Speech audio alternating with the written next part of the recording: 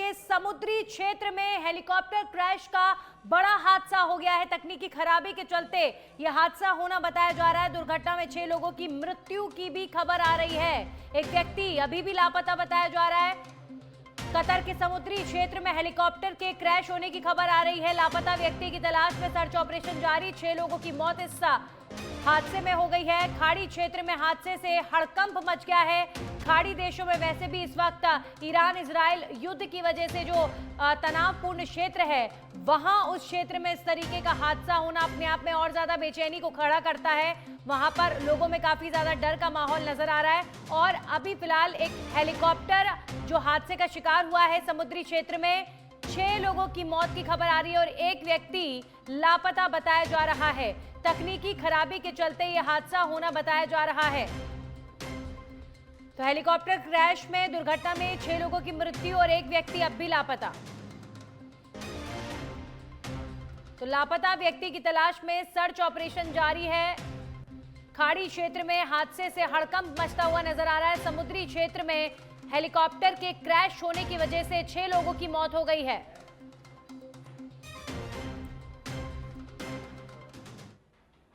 वहीं देश में आगामी चुनावों को लेकर चुनाव आयोग का बड़ा फैसला सामने आया है। सभी पोलिंग स्टेशनों पर न्यूनतम सुविधाएं अनिवार्य होंगी। देश भर के लगभग 21.88 लाख पोलिंग स्टेशंस पर एमएमएफ किया लागू।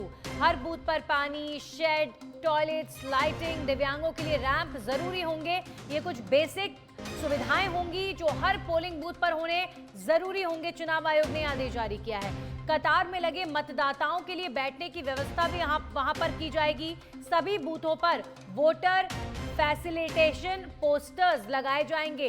हर पोलिंग स्टेशन पर वोटर असिस्टेंस बूथ स्थापित होंगे। मतदान केंद्र के बाहर मोबाइल जमा करने की भी सुविधा होगी। चुनाव आयोग ने राज्यों को सख्त निगरानी रखने के निर्देश दिए हैं। तो कुल मिलाकर जो चुनाव आयोग का मकसद है वो बहुत अच्छा है कि जो मतदान करने के लिए लोग आए उन्हें किसी भी तरीके की परेशानी नहीं होनी चाहिए और जो बेसिक सुविधाएं हैं वो पोलिंग बूथों पर होनी चाहिए। तो चुनाव आयोग ने राज्यों को सख्त निगरानी रखने के आदेश दे दिए हैं।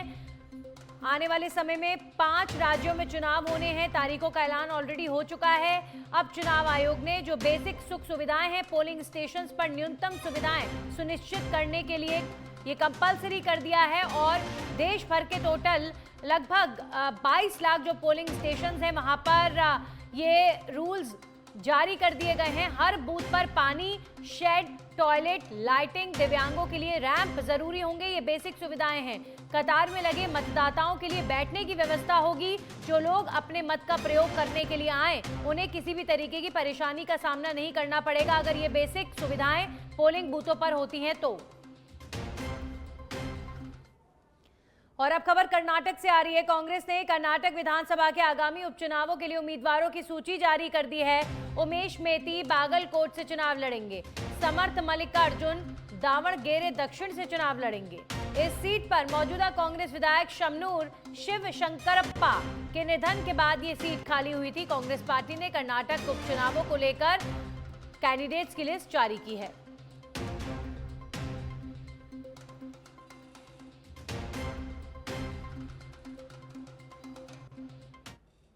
और अब खबर छत्तीसगढ़ से है। छत्तीसगढ़ में महासमुंद के खल्लारी मंदिर में रोपवे हादसा हुआ है। केबल टूटने से ट्रॉली गिरने की घटना सामने आ रही है।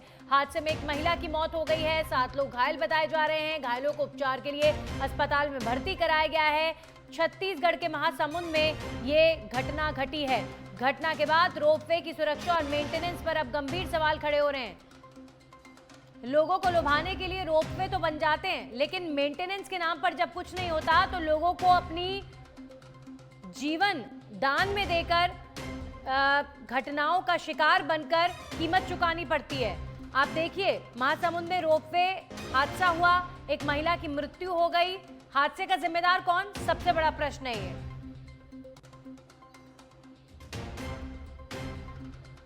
छत्तीसगढ़ के महासमुंद में खल्लारी मंदिर में रोपवे हादसा हुआ है। रोपवे हादसे में एक महिला की मृत्यु हो गई है। केबल टूटने की वजह से जो ट्रॉली है वो गिर गई और एक महिला की मृत्यु हो गई। कई लोग घायल बताए जा रहे हैं, जिनमें से कईयों की जो स्थिति है वो काफी नाजुक बताई जा रही है। छत्तीसगढ़ के महासमुंद में ये रोपवे हादसा हुआ है, जिसमें केबल टूटने की वजह से ट्रॉली गिरने से एक महिला की मृत्यु हो गई है। घायलों को उपचार के लिए अस्पताल भिजवा दिया गया है। घटना के बाद रोपवे की सुरक्षा और उसके मेंटेनेंस को लेकर अब गंभीर सवाल खड़े हो रहे हैं।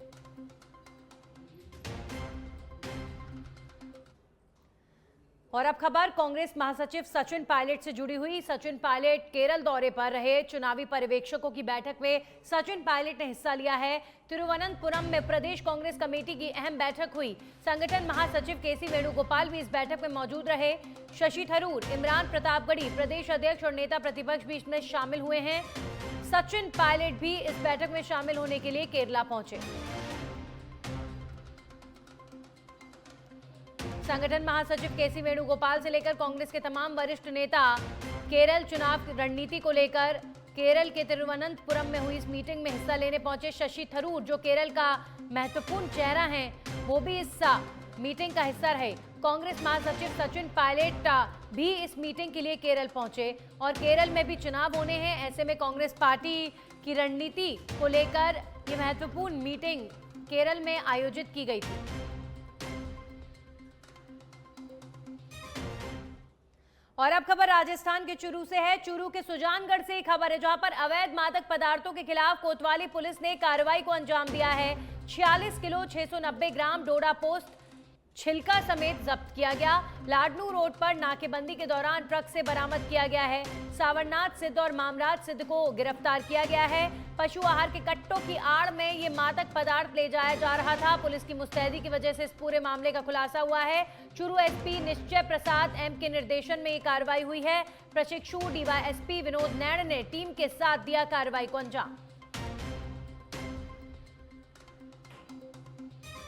तो लाडनू में ये विशेष कार्रवाई, चूरू के सुजानगढ़ के लाडनू में ये कार्रवाई हुई है और अवैध मादक पदार्थ बरामद किया गया है। अवैध मादक पदार्थों के खिलाफ कोतवाली पुलिस का अभियान। 46 किलो 690 ग्राम डोडा पोस्त छिलका समेत जब्त किया गया। लाडनू रोड पर नाकेबंदी के दौरान ट्रक से बरामद किया गया है और बड़े स्तर पर अभियान नशे के खिलाफ प्रदेश में लगातार जारी है। पशु आहार के कट्टों की आड़ में ये मादक पदार्थ ट्रांसपोर्ट किया जा रहा था। और अब खबर टोंक से है, जहां पर मुख्य सचिव वी श्रीनिवास अपने प्रस्तावित समय से पहले पहुंच गए। वे कोटा से टोंक आए हैं और पहुंचते ही एपीआरआई का अवलोकन किया। इस दौरान जिला कलेक्टर कल्पना अग्रवाल और एसपी राजेश मीणा समेत कई प्रशासनिक अधिकारी मौजूद रहे। आपको बता दें, एपीआरआई बचाव समिति के पदाधिकारियों ने मुख्य सचिव को अपनी मांगों को लेकर ज्ञापन भी सौंपा है। निरीक्षण के दौरान विभिन्न व्यवस्थाओं की समीक्षा की गई। संबंधित अधिकारियों को आवश्यक दिशा निर्देश दिए गए।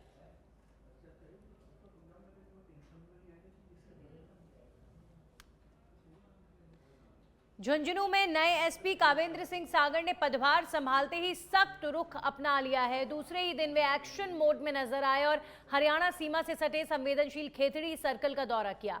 इस दौरान उन्होंने 4 थानों का निरीक्षण कर कानून व्यवस्था की स्थिति का जायजा लिया और लंबित मामलों के जल्द निस्तारण के निर्देश दिए। साथ ही वांछित बदमाशों पर सख्त कार्रवाई के आदेश भी जारी किए गए हैं। तो झुंझुनू में एसपी का पदभार ग्रहण करते ही एसपी साहब मोर्चे पर नजर आए। खेतड़ी सर्कल के 4 थानों का निरीक्षण किया, रिकॉर्ड रूम और मालखाना की जांच की। इसके अलावा पुलिस अधिकारियों को दिशा निर्देश देते नजर आए। तो एक्शन मोड में नए एसपी पदभार संभालते ही बॉर्डर एरिया का किया दौरा। पूरे खेतड़ी सर्कल का दौरा कर रहा हूँ। हमारे 4 थाने लगते हैं इसमें, और ये चूँकि ये जो एरिया है हरियाणा की सीमा से भी लगता हुआ है, इसलिए बहुत ही महत्वपूर्ण सर्कल है हमारे लिए पुलिसिंग के हिसाब से। तो यहाँ के जो हमारे सीओ साहब हैं और जो भी हमारे कंसर्न एसएचओज हैं यहाँ के, इनसे हम बातचीत करके और जिस तरह का भी यहाँ पे क्राइम है उसका हम लोग विश्लेषण कर रहे हैं और क्राइम को रोकने के लिए, कानून व्यवस्था को और ज़्यादा सुदृढ़ बनाने के लिए और जो भी सुधार किए जा सकते हैं हम अपनी टीम के साथ चर्चा करके उसमें सुधार। धौलपुर जिले के तसीमो गांव में ग्राम पंचायत के प्रयासों से निर्मित शहीद छत्तर सिंह और शहीद पंचम सिंह स्मारक का भव्य उद्घाटन धौलपुर विधायक शोभा रानी कुशवाहा के मुख्य आतिथ्य में हुआ, जबकि जिला कलेक्टर श्रीनिधि बिटी और आईएएस एएन सोमनाथ विशिष्ट अतिथि के रूप में मौजूद रहे। विधायक ने फीता काटकर स्मारक का शुभारंभ किया और पुष्प चक्र अर्पित कर शहीदों को श्रद्धांजलि दी। साथ ही उनके परिजनों का साफा और माल्यार्पण कर सम्मान किया गया। कार्यक्रम में जिला परिषद सीईओ सैपऊ, तहसीलदार प्रवीण गुप्ता समेत कई अधिकारी और जनप्रतिनिधि शामिल हुए, जिनका ग्राम पंचायत और शहीद समिति ने स्वागत किया। कवि श्यामवीर सिंह परमार ने ओजस्वी कविताओं के माध्यम से शहीदों की वीरगाथा प्रस्तुत कर माहौल को राष्ट्रभक्ति से सराबोर कर दिया।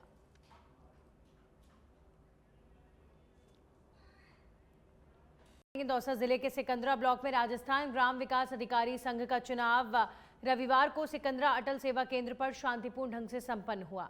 सर्वसम्मति से हुए चुनाव में अध्यक्ष पद पर अवधेश गुर्जर और मंत्री पद पर कुलदीप बैरवा को चुना गया। चुनाव पर्यवेक्षक भगवान स्वरूप जैमिनी और निर्वाचन अधिकारी मनीष मीणा की मौजूदगी में सभी ग्राम विकास अधिकारियों ने एकमत से नई कार्यकारिणी का गठन किया। उपाध्यक्ष पद पर भरत सिंह, कोषाध्यक्ष महेश कुमार, जिला प्रतिनिधि राम अवतार गुर्जर और महिला प्रतिनिधि रामा देवी को जिम्मेदारी सौंपी गई।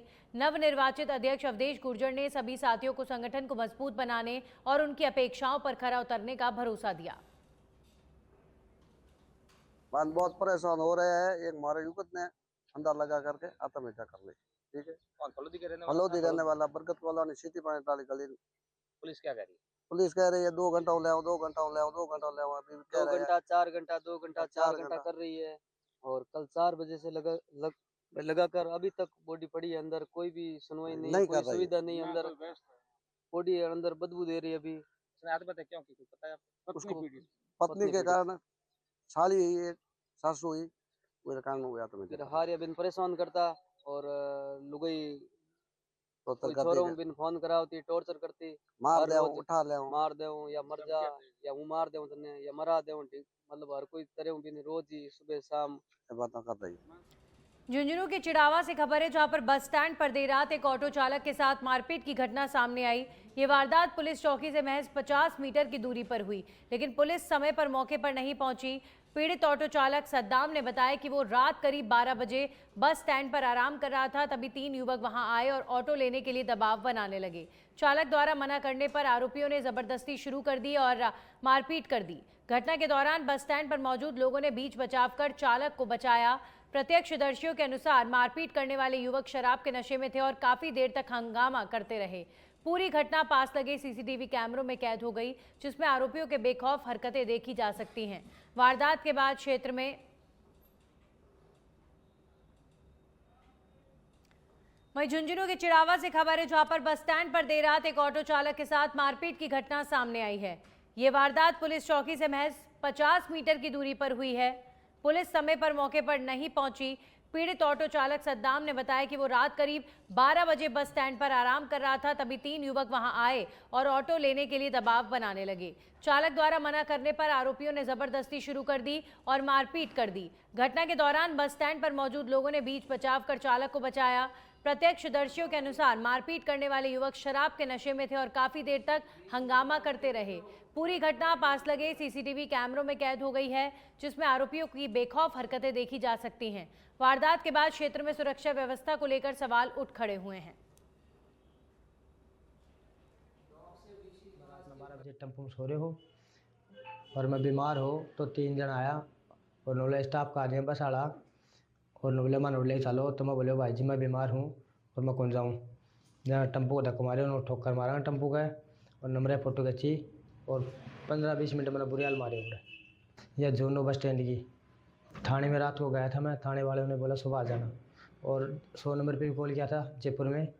फिर 15-20 मिनट बाद में गाड़ी गुड़ी कुछ नहीं आई। 15-20 मिनट वहीं दौसा के महवा से खबर है, जहां पर विश्व जल दिवस के अवसर पर पर्यावरण प्रेमी किरोड़ी लाल वीरपुर के नेतृत्व में परिंदे लगाओ अभियान की शुरुआत वीरपुर स्थित शिव मंदिर से की गई। इस अभियान का उद्देश्य भीषण गर्मी के दौरान पक्षियों को पानी उपलब्ध कराना और लोगों में पर्यावरण संरक्षण के प्रति जागरूकता बढ़ाना है। उन्होंने बताया कि ये अभियान 5 से 7 चरणों में संचालित किया जाएगा और विश्व पृथ्वी दिवस 22 अप्रैल तक जारी रहेगा। अभियान के पहले दिन पुलिस थाना बालाहेड़ी, घाटमदास मौजपुर, गगवाना मील, बालाहेड़ी मोड़ और वीरपुर समेत कई स्थानों पर परिंडे लगाए गए। इस दौरान युवाओं ने उत्साहपूर्वक भाग लेकर पर्यावरण संरक्षण का संदेश दिया।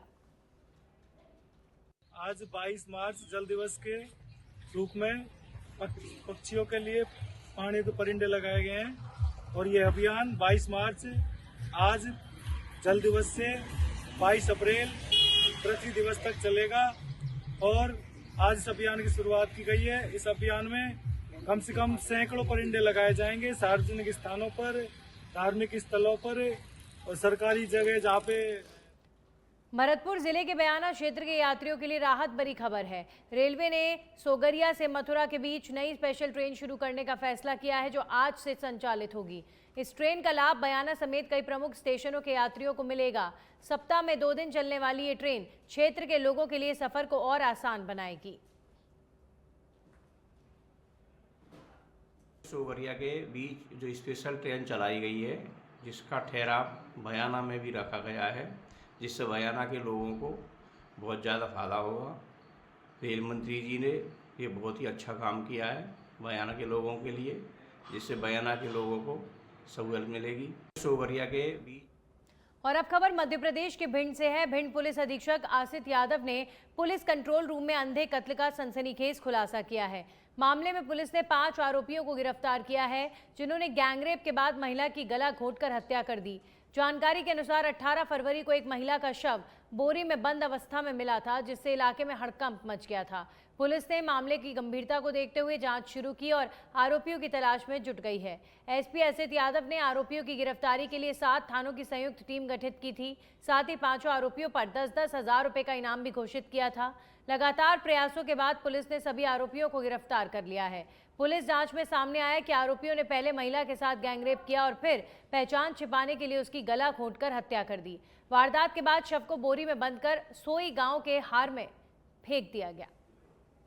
घटना इस प्रकार की थी कि 16 तारीख को एक लड़की बड़पुरा से प्रतापपुरा के लिए गई थी, जिसमें अभियुक्तगण जिसको हमने राउंड अप किया, जिसने बताया कि उसके हमने सुनियोजित तरीके से प्लानिंग करके जब हमने उसको प्रतापपुर में देख लिया था, बड़पुरी में बीच में खेत था, वहाँ अपने 4 साथियों के साथ पार्टी कर रहे थे। हमने प्लानिंग की सुनियोजित तरीके से, जब वापस आने का इंतजार कर रहे थे और जब वो वापस आई तो उसको खींचकर उनके साथ गलत काम किया और विरोध करने पर उसकी हत्या कर दी। हत्या का क्या कारण रहा सर? हत्या का कारण चूंकि आरोपी और मृतिका एक ही गांव की थी, पहचान उजागर नहीं हो जाए और साक्ष्य नष्टीकरण के उद्देश्य से उन्होंने सोई के हार के जंगल में आरोपियों के कब्जे से किया